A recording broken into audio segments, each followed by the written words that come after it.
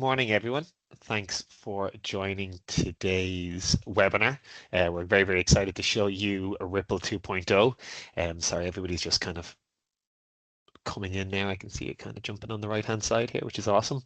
We can have a little chat away, Kieran, I guess, while the guys are kicking off. Kieran was at the Esri UK conference yesterday. Did you like anything jump out at you? I know you're at the Irish one as well there the week before, so you've been definitely around. Anything jump out to you that's kind of new and exciting?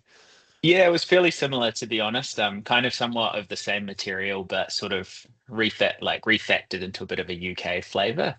I did see a really interesting presentation by Coop or Co-op, however you pronounce it. I'm not quite sure, the supermarket chain. So they were showing some really cool stuff about how they're using ArcGIS to kind of manage that really fast, short delivery cycle, with the UK being obviously so big on their convenience food and meal deals to you in a second. Yeah, no, it's amazing. Sorry, it's my first time using Teams here. I just realized I think I have to click these buttons to make this kind of come into the box here briefly, but I can turn it off anyway when we get into presentation mode. So yeah, I can see we've got quite a good few attendees there now, which is awesome. Still people kind of coming in. But we can kick off because again, I want to be respectful of everybody's time. So yeah, again, thank you for joining today's webinar. Kieran is going to kind of take us through what's changed in Ripple. I was very, very fortunate in the IMGS team, Data Builders team, to get a sneak peek of this a couple of weeks ago. So yeah, it's almost a reimagining now, and I don't want to steal any of your thunder, which I always do, Kieran, which I won't. But again, it's a real kind of reimagining of the platform to make it, I suppose, more sustainable as the Esri platform changes, but also to incorporate all the power of what FME flow can be and that kind of lineage and discovery on both sides of the tools. And you never know, might be more in the future.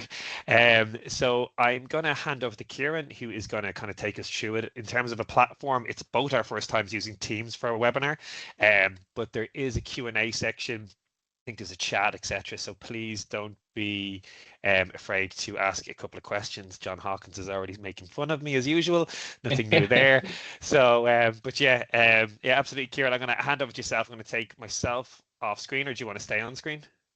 You feel free to jump off. I might jump off as well, actually, just Okay, to sort of, yeah.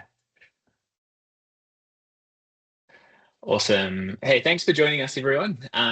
Yeah, appreciate your time and interest in checking out the Ripple platform. This is our first release webinar, so you're the very first people in the world to see this platform. So yeah, very exciting times, and thanks again for joining us. And yeah, cheers for that intro and for hosting us, Garrett and the team at IMGS Data Builders. So I'll just take you through a quick agenda of what we're going to cover today. First of all, I'll give you a bit of an introduction about who we are, the team at Ripple. And then if you are joining us for the first time, if this is your first time encountering Ripple, I will just give you a quick recap on the challenge that we have seen in the geospatial industry, and as a result, the solution that we are providing with Ripple, and then just take you through some of the features, be it the old ones or the new ones, to show you what Ripple is offering.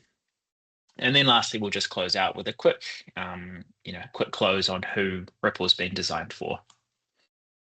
So who we are, this is me. I'm Kieran, the founder of Ripple. I'm a GIS developer turned FME consultant from New Zealand. I've been working as an FME consultant for, I think, close to the last 10 years now, and really kind of that specialist or that kind of niche I've found myself in is working across FME and ArcGIS, because obviously we know that those two work hand in hand to actually, to form your GIS ecosystem, if you like. So yeah, for the last almost 10 years, I've been building integrations and working in this industry across Australasia and then more recently in Europe, as I'm now based out of Barcelona. So fortunately, got a friendly time zone to be speaking with you today. So a little bit about Ripple. We're a New Zealand company. We have a growing customer base across New Zealand, Australia, and Europe, and we are supported by our fantastic partner network for that localized expertise. Obviously, it's great to have a local partner such as IMGS Data Builders that you can work with and trust to get that immediate support when you need it. Yeah, and our focus is basically on building the best software platform we can to make GIS admin less of a grind, to put it very simply. I've seen a lot of these challenges over the years working in this space, and just, sometimes it just feels like it's a lot more difficult than it should be to get our jobs done. So really Ripple is helping to sort of, simplify a lot of these challenges and just make the whole process a lot easier. So the big challenge that we have here is that GIS platforms are deeply interconnected. So a single change that you want to make can ripple across hundreds of items in your ecosystem. We sort of see this content sprawl. As GIS professionals, we're responsible for not just maintaining, one or two applications, but this huge number of solutions that service all sort of different areas of the businesses that we work for. So it kind of has this house of cards effect, where if you make a small change somewhere, that impact is just going to ripple out everywhere. The other challenge is that content has been built over such a long period of time. Often that's been done quickly, maybe without the appropriate documentation or handover, that it really is a challenge to kind of maintain these long-standing platforms. And the other challenge to that is that when we do find connections between content, whether it's between a data set and a workspace or an app to a map, often that connection is only visible, in one direction. So you can't start at any sort of object or item in your GIS ecosystem and know how it's interrelated accurately.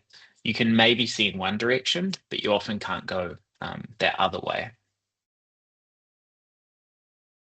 If we look at this from an ArcGIS perspective, this is a very simple breakdown of, how you might build a solution with layers, services, maps, and apps.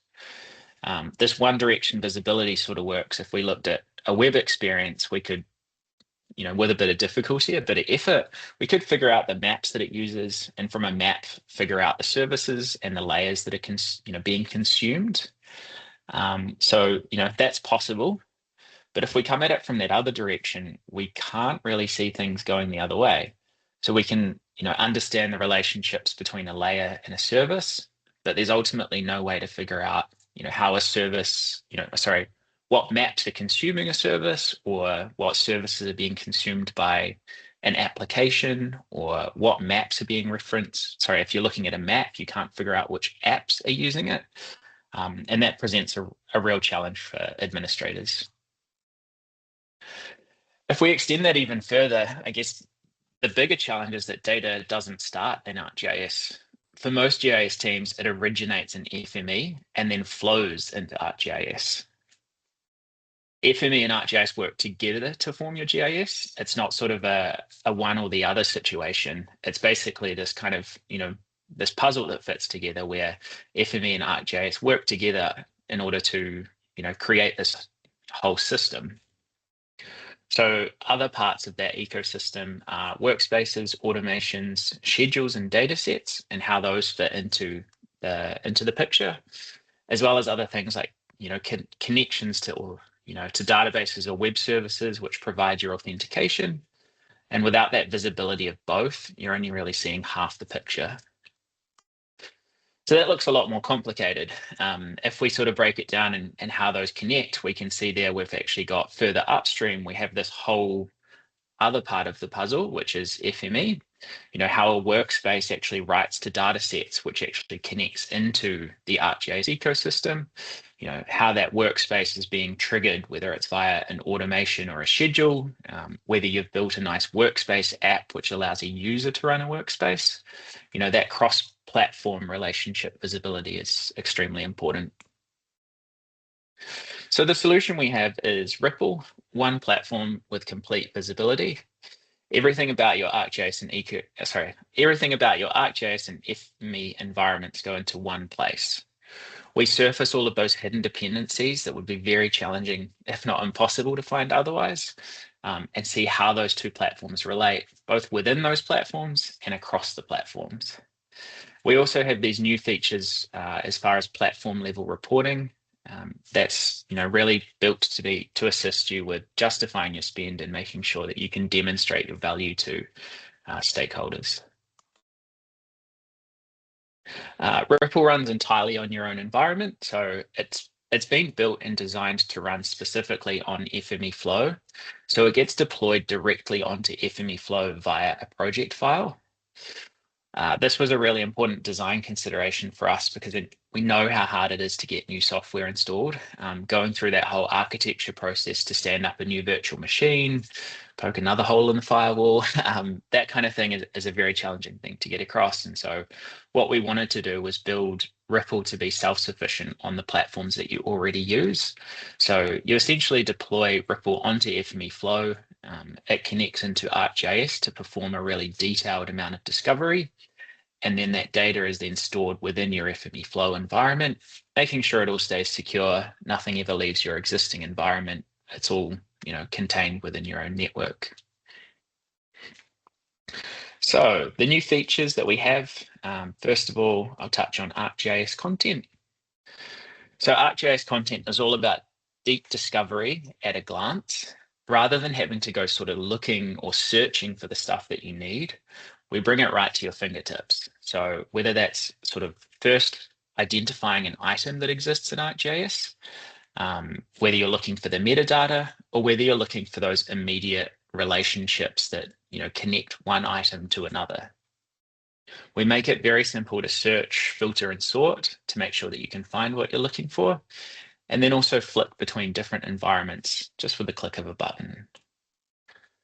So I'm just going to go through each of the features and flip between demos. So hopefully stay with me. Yep, cool. I can see you on screen there. Okay, so this is the new and improved interface of Ripple. So here we have the landing page. When you enter Ripple, you'll see a really simple UI to allow you to get to the different platforms. So we'll start with ArcGIS content and navigate to that. So here you'll see a full category, a whole list of all of your content that lives in the ArcGIS platform. We have these category filters. So if you're looking for sort of apps, maps, or services, it's very quick to just sort of chop and change and find what you're looking for. You can also sort by different categories and then also search really easily. So let's say I'm looking for things relating to traffic. I can see there it's gone and filtered to 9 items out of my 82. And we can see there everything relating to traffic has been made available to me. We also have filters, so you can get a little bit more, deep in the specifics of what you're looking for. Perhaps you're looking for exact content types, items that have been created by specific users. Maybe you're looking for things from a certain period in time, whether that's based on the create date or the modified date. Or also you may just be looking for things that have been actually shared and not interested in stuff that's sitting as, kind of dev in people's accounts. So it really helps to sort of, hone in on what you're looking for as a start point. Now, if we select an item here, I can see a little bit more details around the metadata. As we can see, I'm not particularly good at storing metadata about my own items, but that's the nature of my work. So we've got here the traffic counts time-enabled web map. And I can, expand on this and see different, features that might be important to me. So if we click on the direct relationships button, we'll get a list where we can see immediately all of the different, immediate relationships to an item. So I've got a web map and I can see instantly this is the web mapping application which is consuming this app. And then feeding that web map, I can see what feature layers are sort of, going into there. If I had shared this to groups, I'd be able to see what groups it's been shared with. And then also we have this new tool, which is version history. So again, I know version history is a bit challenging with something like ArcGIS Online because once you've made a change, you kind of can't get it back. So what Ripple now does is it automatically detects when a version has changed and it will store that JSON as a backup. So if you did need to perform a rollback or sort of look at one version next to another, we'll be storing that in the back end of Ripple so that you can go and retrieve the version history.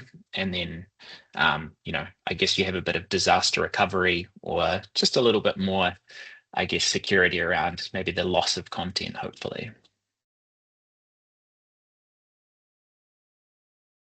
Okay, now getting into FME content. So what we provide with FME now is that same clarity, but for your FME environments. What we've done with FME is make everything that sort of exists in that FME platform surfaced and searchable. So rather than it being buried deeply within workspaces, hopefully you're able to find that because you have that institutional knowledge, but that isn't always the case. So what we've tried to do is, basically bring everything we can out of the FME platform into a way that you can interact with it and find, those simple, I guess, what should be simple things like the item itself and then how that relates to other things. So naturally, an FME workspace is always going to be at the center of things, but there are other like adjacent items, like it being triggered via an automation or a schedule, or it using a particular web connection to provide authentication. And then in addition to that, we have other things which aren't really, I guess, items in FME, but they are relationships as well. So you can see here things like a job. So when did the workspace last run? A data set, which might be a reader or a writer to or from the workspace. And then other things which are quite challenging to find in an automated fashion, but integration transformers like an emailer or an HTTP caller, things like that, which, it helps us to see where they exist in the platform. So if I jump back across to Ripple now, to switch from ArcGIS to FME, I just use that navigation panel on the side, and I jump into FME. Here we can see I've also got the ability to switch between my different flow environments. For now, I'm going to stay in the Ripple flow environment. But yeah, if I want to then find content that exists in FME, again, we have that categorization. Perhaps I'm looking for workspaces. Maybe I'm looking for specific data sets. That's always an interesting one to look into. But if I'm looking for particular data sets, I can find that. I'll stick with the workspace because that tends to be the most interesting. And I'll play off that earlier example before. So here I have a workspace called Roads WFS to AGO. Fortunately, my titling gives me a pretty good indication of what this workspace does. If we select that, we get a little bit of metadata about it. But again, we see these direct relationships. So if I pop that open, I can see that this workspace exists in the ArcGIS repository. It belongs in an automation, so that indicates to me the trigger is this traffic app automation. And there we can see we've got a WFS layer and then a connection to an ArcGIS feature layer as well. And here I can see we've got this web connection. So that web connection is ultimately what's providing the authentication. So I know that it has this dependency in order for this workspace to run correctly. I can also see recent jobs. So when did this workspace trigger? Looking at this, I can see that it's probably scheduled to run at about 10:30 p.m. every night, and it has a variation of about 5 minutes. If I then wanted to jump straight into the log, I could click this button and it's going to pop open FME Flow and take me straight to the log file for that job so that I can look at it further. Of course, that's not so important if it's a success, but very, very helpful if it is a failure, I think. Again, with version history, this is another one that I think we always struggle to get right with FME, but we do take backups of those workspaces. So if we detect that a workspace has been updated between yesterday and today, we will take another copy of that workspace and store it in the back end of Ripple so that if you need to, you can just go ahead and download that workspace and you've got the sort of copies of those, of those workspaces. While you're on the topic, Kieran, one of the questions that came Yeah. in was can you explain a little bit more around that kind of versioning storage and how it's triggered?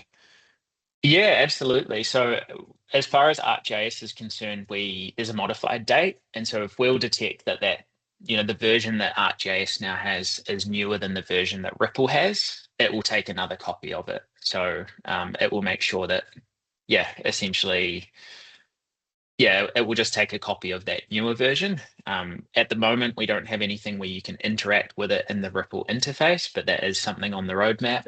Wasn't planning on touching on the roadmap just today with a new version, but that is something that we'd like to be able to offer more of, is being able to identify what those differences are, and then also extending that even further so that you do have sort of this rollback behavior, which maybe can allow you to sort of perform these, automated rollbacks is probably the best example I have to use. As far as FME is concerned, that's sometimes a little bit trickier. With workspaces, naturally, those are the most important to be performing the version history on. We'll take that same approach where we'll detect that, the workspace has been updated between, it was updated. It was first published on the 28th, or this was the first time Ripple was made aware of this workspace. On the 10th, we could see it, it had been updated. And so on that date, when we re-performed that discovery, we found that the workspace was newer than what Ripple knew about. So we now have the most up-to-date version instead. Yeah, as well as. Another question just popped in there. With FME data connections, can we tell if it is a read or a write? Also, does it pick up feature reader and writers as well as transformer feature readers and writers? Yes, great questions. So it picks up readers, writers, feature readers, feature writers. I think it also, there are a handful of transformers it also works with. I think it's the database joiner, because that effectively has some sort of read capability in there as well. So it does pick up a database joiner. I'm trying to think if there's another transformer. I'd have to get back to you on that one. In terms of the readers and writers, in this interface, it doesn't show you which of them is which, but at a point later in the demonstration, you will see how it does indicate which one's a reader and which one's a writer. In this case, it's more of a catalog as to say that this is an item, which is a relationship, but in this interface, it doesn't indicate what that relationship is, if that makes sense. Brilliant. Thanks, Kieran. No worries. And then another feature, of course, we've got these filters, but we also have, it's much the same as the ArcGIS, but this handy feature, which is something I've always struggled with, is trying to track down emails or trying to track down Python in workspaces. So we've built this in to indicate where there's an integration transformer has been used. So perhaps you're looking for all of your workspaces that contain a Python script. I can see here this uses a Python caller. And I can select that workspace, look at the integration transformers and see, okay, there's 2 Python callers inside here. That tells me a little bit about the workspace. Or perhaps if I'm looking for HTTP callers, that might indicate to me that this is maybe an API sort of related workflow. Strava, that's a classic one. So it's only got one HTTP caller, but yeah, it does give you a pretty good indication of what's happening inside the workspace as well, because it is notoriously difficult to figure out what those integration transformers actually do. A Python caller in there could be doing anything. It could be calling a complete another data set that we don't know about because we can't pick it up as an item in the same way that we can with a reader or a writer. So having that ability to identify integration transformers is, I guess, another part of that puzzle. Sorry, Kieran, another question came in there. Yeah, does Ripple only show and explore the content on ArcGIS online, or does it also bring in from enterprise? Well, I know the answer to that, but I'll let you answer. Perfect. It works equally well with both. You just see my example as always ArcGIS online because that's what I have access to, but it works equally well with both online and ArcGIS Enterprise. And we've had customers that have multiple instances where they might have a US instance and they still haven't maybe migrated over to the EU. So again, where you could use Ripple to help kind of with that almost audit trail to say what was there, have we copied everything over, is it worth copying over, is it being used, etc. So really, really powerful in those scenarios. And some customers, especially the larger utilities, will have like a pre-production and production. So again, you can have these multiple tabs and you can kind of navigate across through the different platforms where you need to go.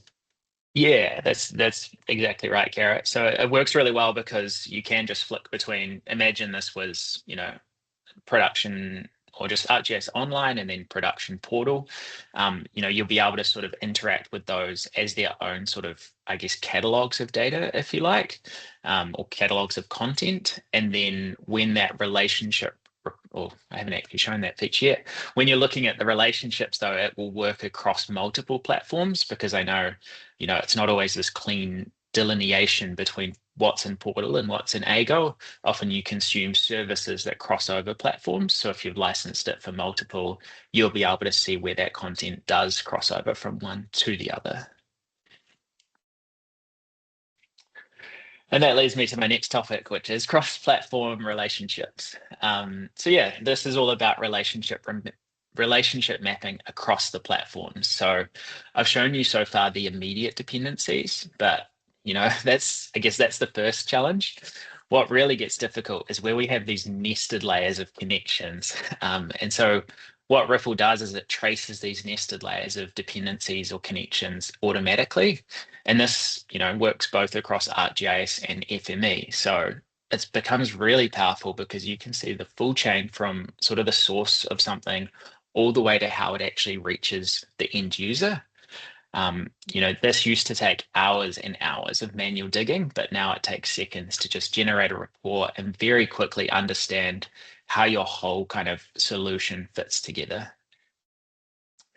So you're in for a treat because we go straight to another demo. So here we go back into that same example I was using before. I'll just start with going to traffic, and we'll look at that traffic counts time-enabled web map.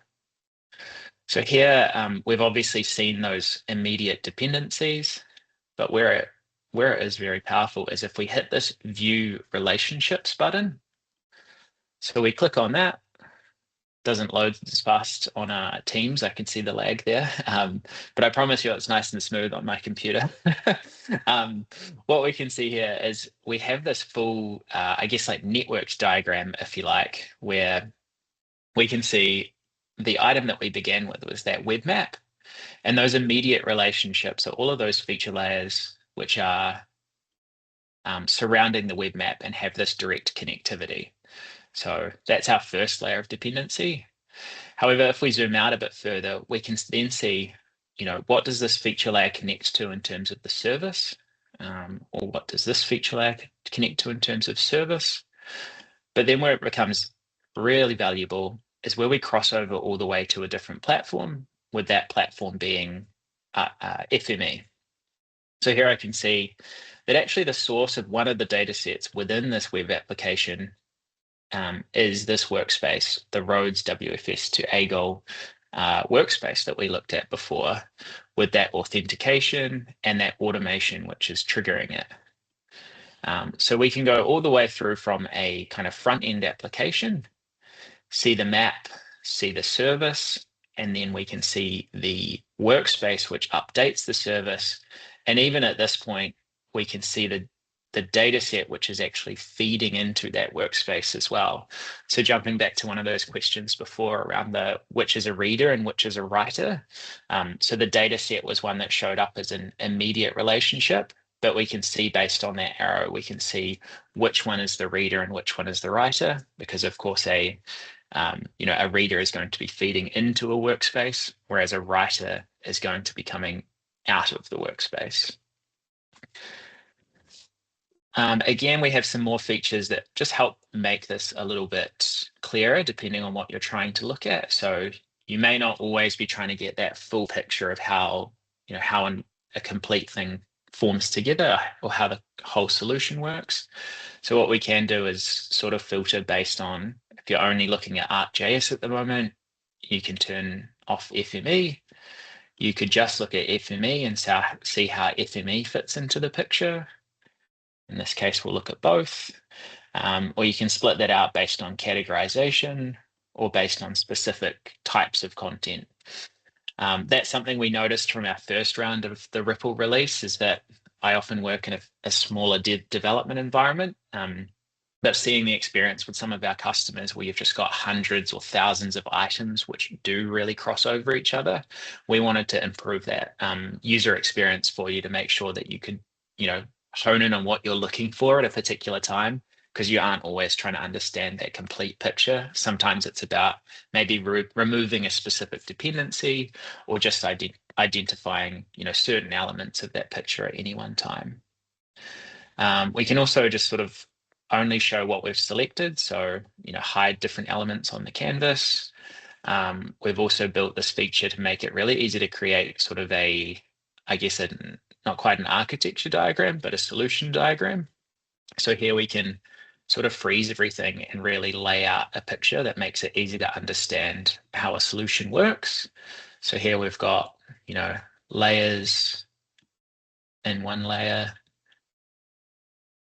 which then feeds to, I should probably turn the services back on, which then shows you how services relate all the way through to, apps and maps.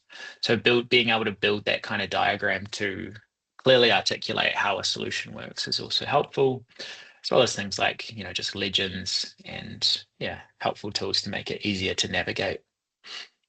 You can also go ahead and download this report and it'll generate you a CSV file of all of those relationships, which you can then take away and sort of work through if you do want to go make some changes to the platform. Again, if we come at this from another direction, we could be looking for something completely different. So if we come at this from an FME side of things, perhaps I'm looking for web connections. Web connections are one of those things that are hard to figure out where they exist in workspaces right now. So I could look at, say, this web connection, which is my Ripple A-Goal connection. I can open that up and see immediately which workspaces are being used. And then if I wanted to look at relationships from this side of things, we're going to get quite a different picture in this scenario. We lay that out, I get this kind of, I don't know, firework pattern, I guess, not sure. But we can see here we've got, a web connection at the center of things. If I'm looking for the workspaces that relates to, I can see which workspaces are using that web connection. But then those sort of nested layers of connections are really, really powerful as well, because I can see not only which workspaces use the connection, but ultimately where does that data end up? How that, what's actually connected to this web connection are these feature layers. And in this situation, what's the actual end application which is consuming those services or those feature layers?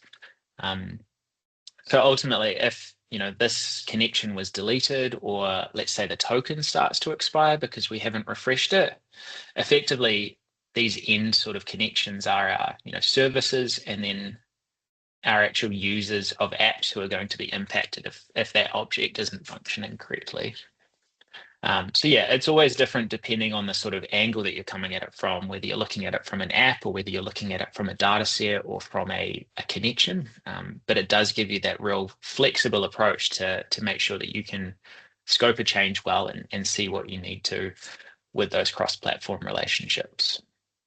And I'd seen report there as well. Sorry, Kira, before you jump on, this is kind of one of the questions kind of touches on this, which we'll cover at the end. But you can then report on that. So again, having that visual interface is amazing, but you can also click that report button that you were just in there and kind of download it, which is actually feedback that we got off one of the Northern utilities, where it'd be great to kind of, we still all love Excel and HTML and all these kind of refinements, to kind of pull it out and still kind of step through, okay, I'm migrating this workspace or I'm deprecating or whatever. I just want to make sure I've taken everything off or I've moved it, etc.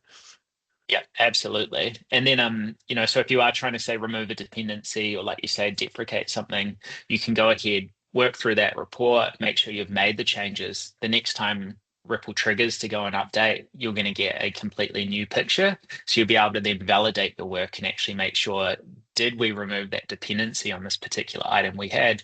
You'll be able to go and run that report again and see, yep, it isn't connected to anything in the way that it was before. So you kind of have that before and after kind of feedback loop, which is, fantastic.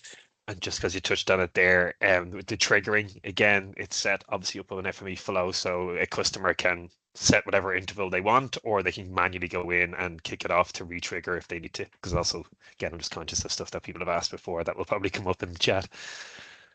Perfect. Alrighty, and then so to touch on a few more topics, we've really expanded the reporting offering that Ripple has, and that's largely been due to customer demand as well.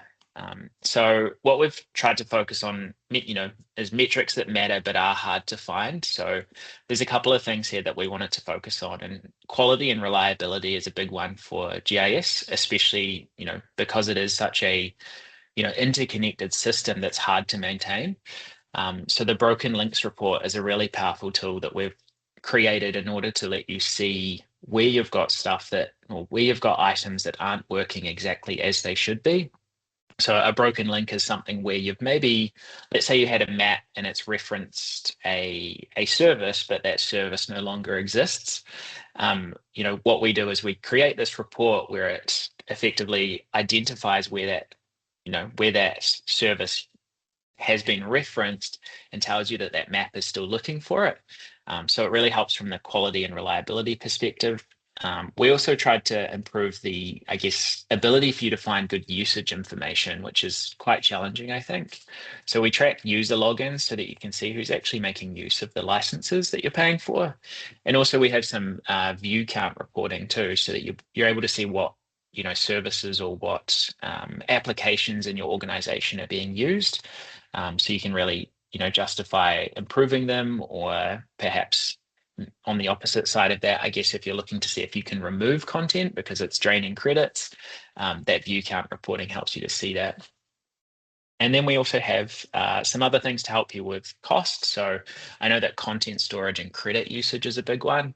I myself actually used my own report the other day to see that I'd been, inserting data over and over again to the same system, to the same service, and it was just growing and costing me hundreds of credits a month. So yeah, being able to really sort of easily identify what items are kind of costing you credits in that space. So I'll give you a quick demo of that now. With ArcGIS, we'll navigate to the reporting panel, and we'll pop that open, and I can see here, if I go to the overview tab, we've got a nice overview report which indicates just the sort of, total items that we have in the platform. So you can see my platform's very small, but got 82 items, which is split by 16 apps, 6 maps, and 17 services, a whole bunch of other content which isn't captured there. We then get some usage statistics, so we can see, what's the overall view count in the platform, how many new items have been created, how many have been modified recently, and then also some user metrics to see, what's our user count, who's been active and who's been inactive, and then a few things around quality and maintenance. So are there any broken links that we need to fix?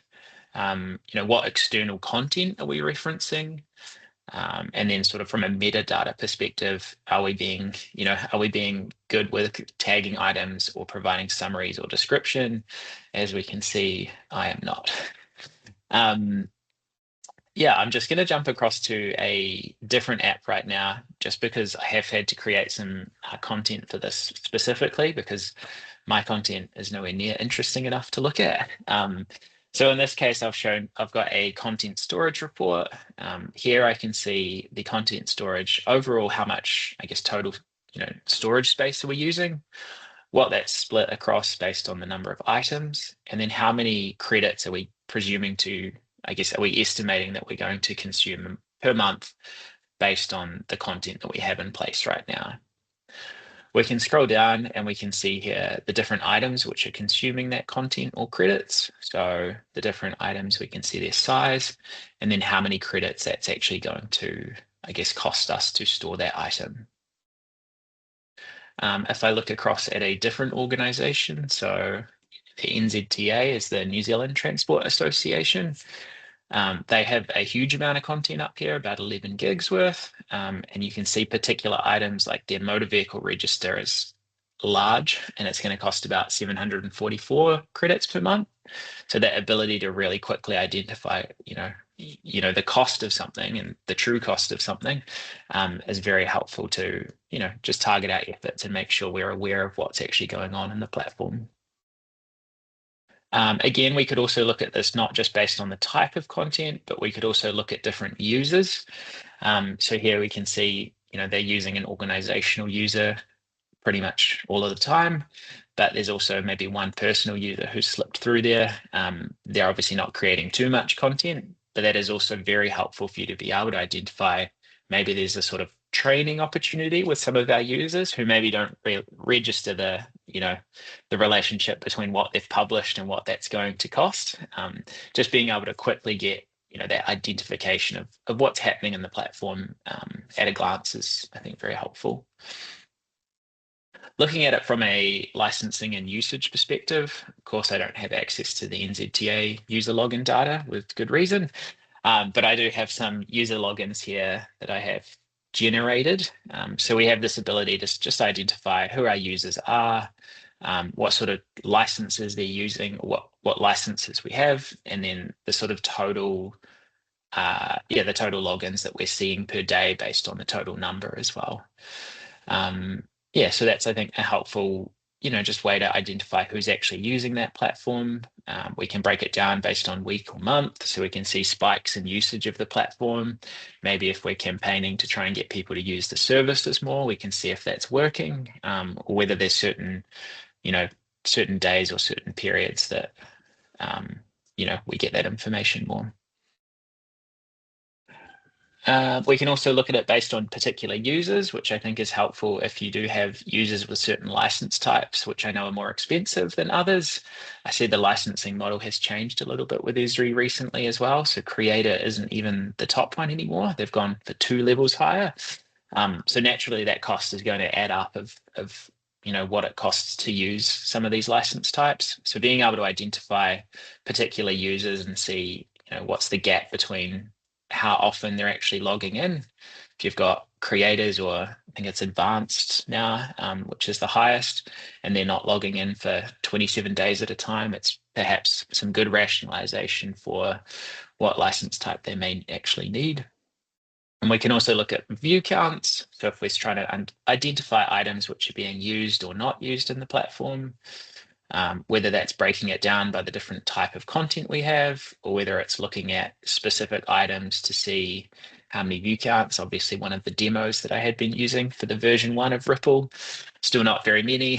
But again, if I looked at the NZTA, there we go, and we look at that, based on the different type of content, what are the sort of daily hits that that's getting? I've still got the filter from the last one. If we look at the top 5 items in their platform, we can see, what's really generating the hits and how many daily hits do they get, which this is obviously a very popular web map for them. And there we go. And then lastly, that broken links report that I mentioned earlier. So this is a very powerful tool where we can see, an item. I can see obviously there's this 30-year plan baseline network version web experience, which has references to a lot of different items which we can't access. It indicates to me, since I'm not part of the organization, that maybe they've got some funky sharing going on where there is references to content that I just can't see without being logged in. But it would highlight to you, if I look at the Ripple one, I broke this map on purpose. So I had this map and I removed a feature layer from the platform, and we can then identify quickly, there's this item which used to exist and this web map is looking for. Ultimately, that tells us that this map needs updating to either remove the reference or to replace it with something that is the correct service now. We can also see things like external content. So this isn't so much a broken item. It's just a kind of an awareness thing that you might be consuming content from a different ArcGIS organization. And it's not broken. It's just, I guess, a little bit of an awareness exercise that item is subject to change, and someone could remove it or unshare it, and it could be essentially something that breaks one of your own apps if that were to happen. So just being able to identify where those exist, I think, is pretty helpful. If we look at that for TFL, I can see there, they've got a web experience which is pulling in a what 3 words geocoding service. I know it's quite popular in the UK. Very helpful to identify those without having to go digging. Where am I? Yeah.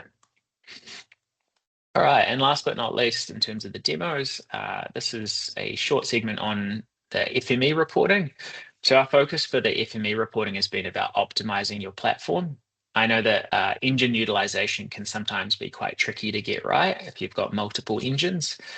So we've created a engine utilization report to understand queuing and to help you make smarter scheduling decisions. We've also got a job calendar, which provides a really good visual map that allows you to see when jobs run so you can spot availability on your server at a glance. Sometimes the jobs endpoint or the jobs logs are not the most helpful way to see where you've got availability.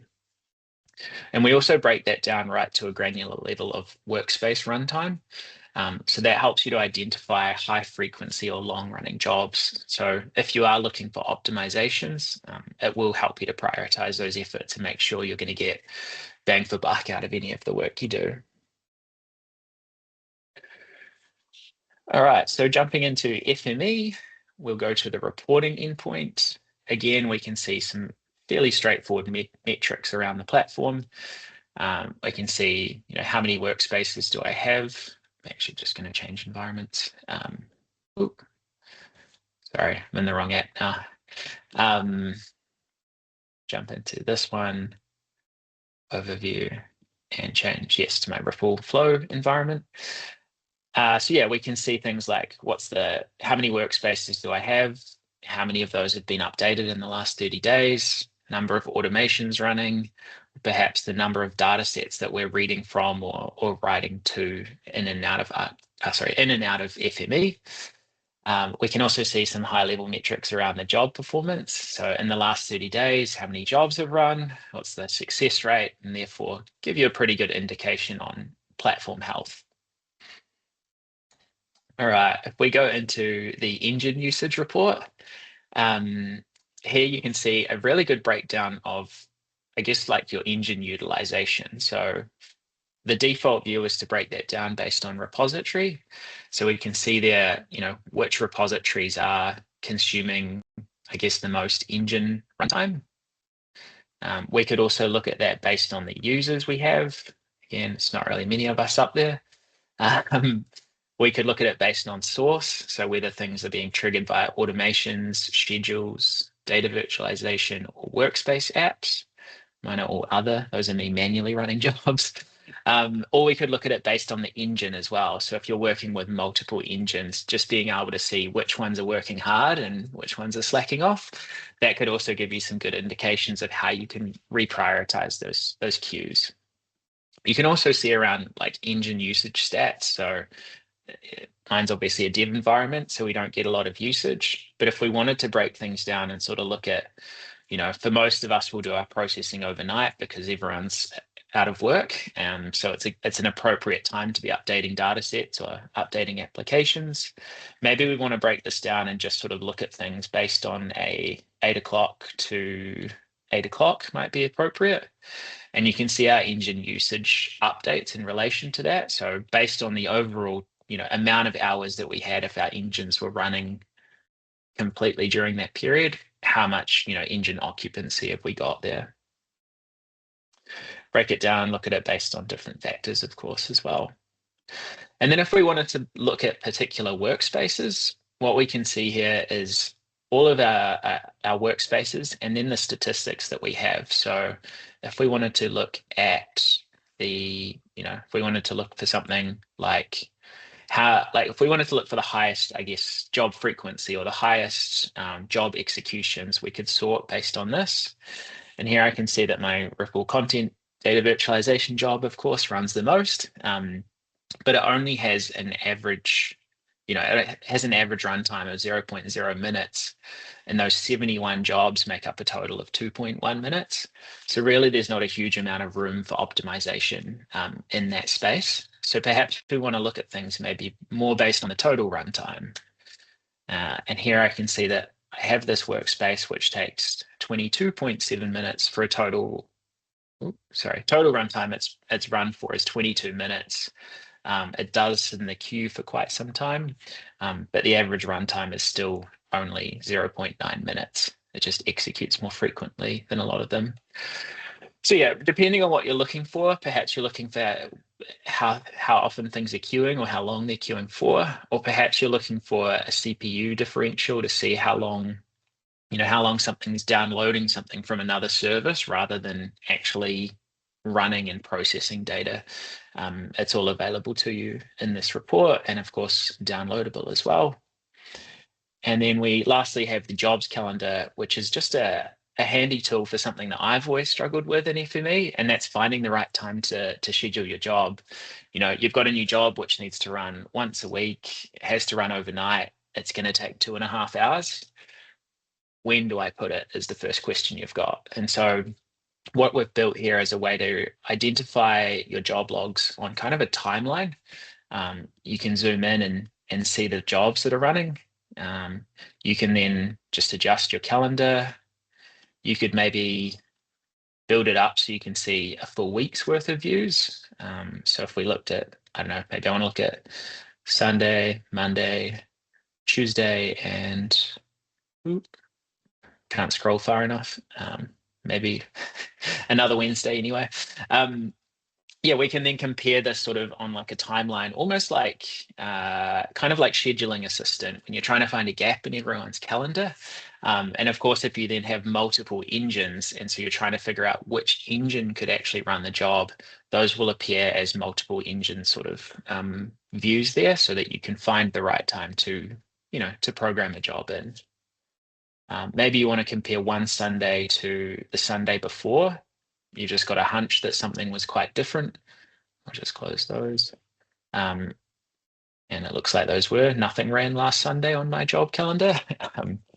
I think that's just before I set this demo up, so there is nothing in there. Monday. Yeah. Anyway, you get the idea that it just gives you that ability to, I guess, identify where there are, where there are jobs and where there is availability so that you can get your scheduling dialed in. Yeah, as good as you can. All right.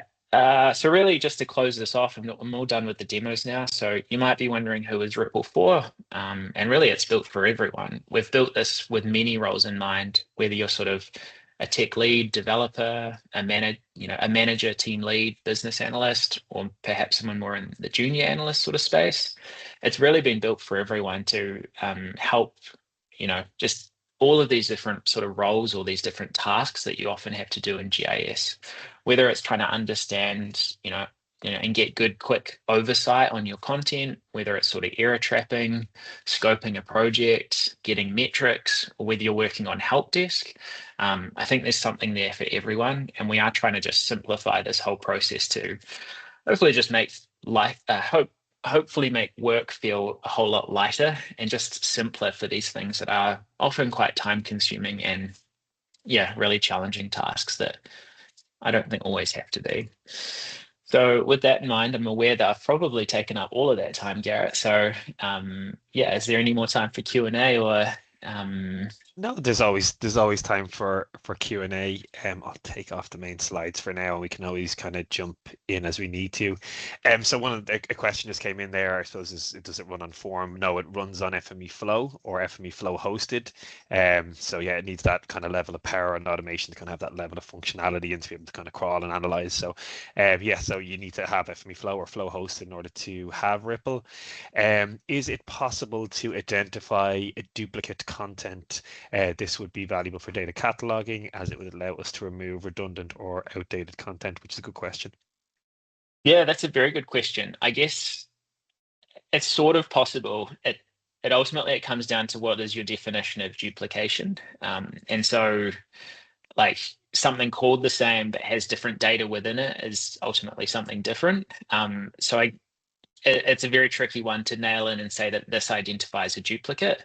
I guess what we're doing is trying to surface everything so that you can find it easier, and that will assist you with that duplication process. So if we take that example where I searched traffic before, and this always comes up in ArcGIS in particular, but if you were to search from the point of view of traffic and you look for feature services, you'll often see that there's two things there that are called the exact same thing. So that will identify duplicates for you.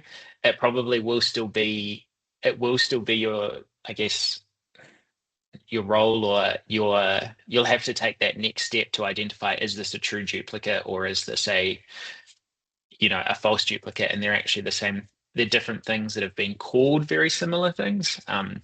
So yeah, that surfacing really helps you to do it, but there will still be that degree that you need to take to identify, is this a duplicate or not? That data stewardship or domain knowledge to know that it is a duplicate. No, that's fine. The next one, and I think we've already answered it already, but can content feature service storage be broken down to split out by image storage, as this is a lot cheaper than the features themselves, but can be very big. And I think you already kind of showed that in that graph a little bit to a degree.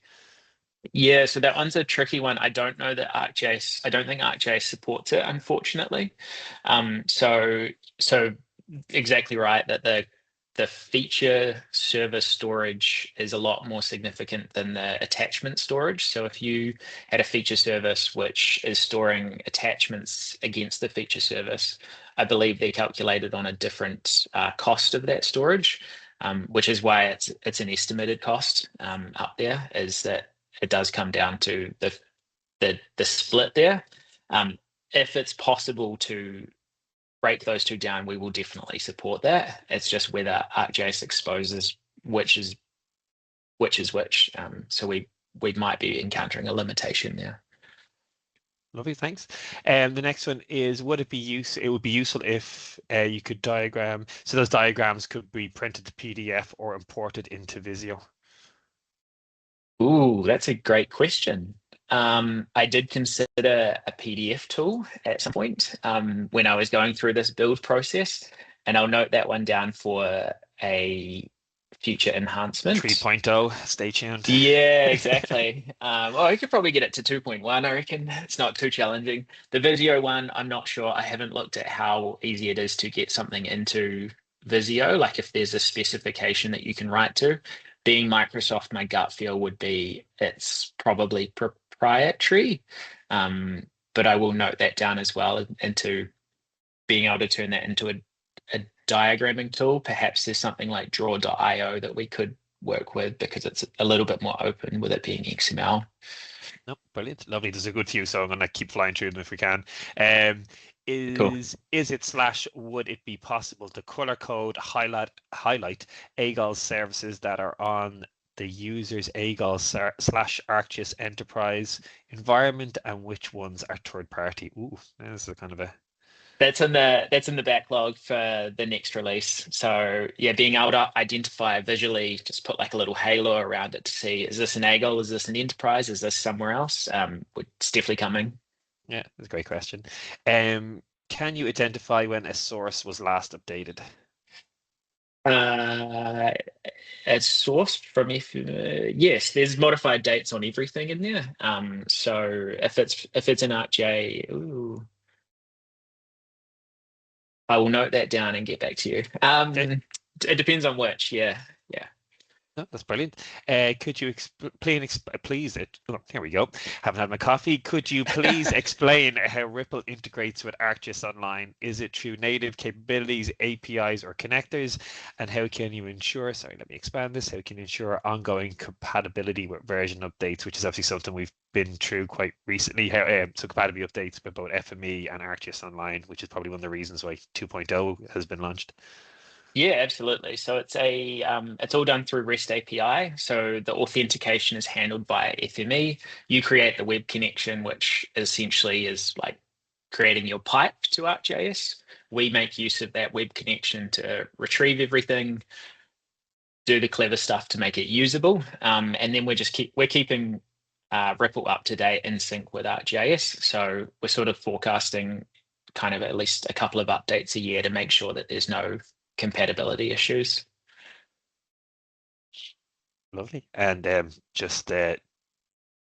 John came in just to say that you can click into feature services to see the split, and yeah, happy to kind of show you. Okay, Awesome. cool. Oh, perfect. Yeah, that'd be very handy. Yeah, he's nice to you. He makes fun of me, but he's nice to you.